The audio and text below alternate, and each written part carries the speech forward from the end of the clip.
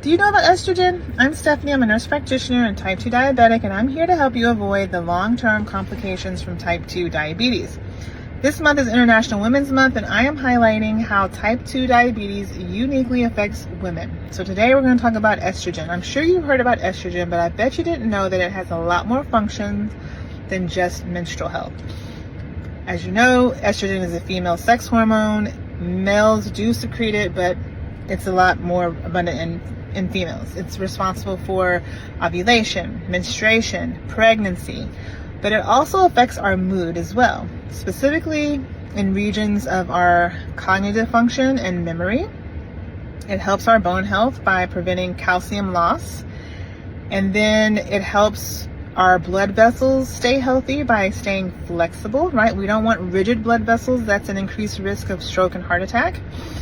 It also helps our blood sugar regulate better by becoming more insulin sensitive. So as we age, our estrogen starts to decrease and even fluctuates every month.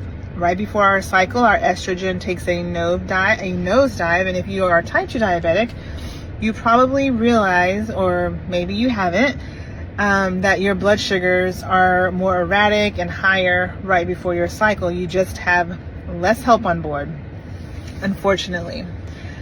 And as women age, our risk of heart attack increases because of estrogen decreasing.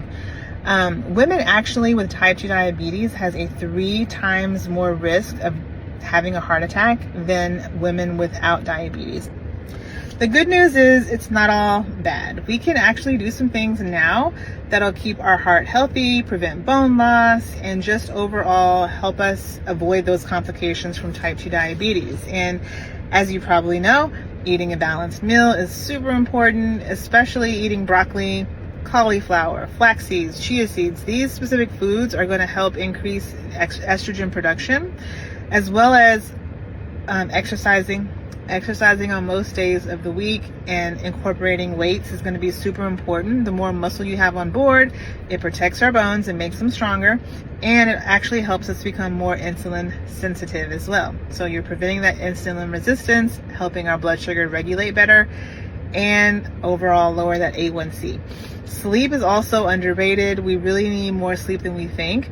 It helps repair cells, helps repair our bodies. When we're sleeping, we're resting and just getting ready for the next day. And when we don't have a lot of sleep on board, we're actually increasing cortisol, which is another hormone that's very important for stress, but we don't want to keep that elevated. So when cortisol goes up, it just throws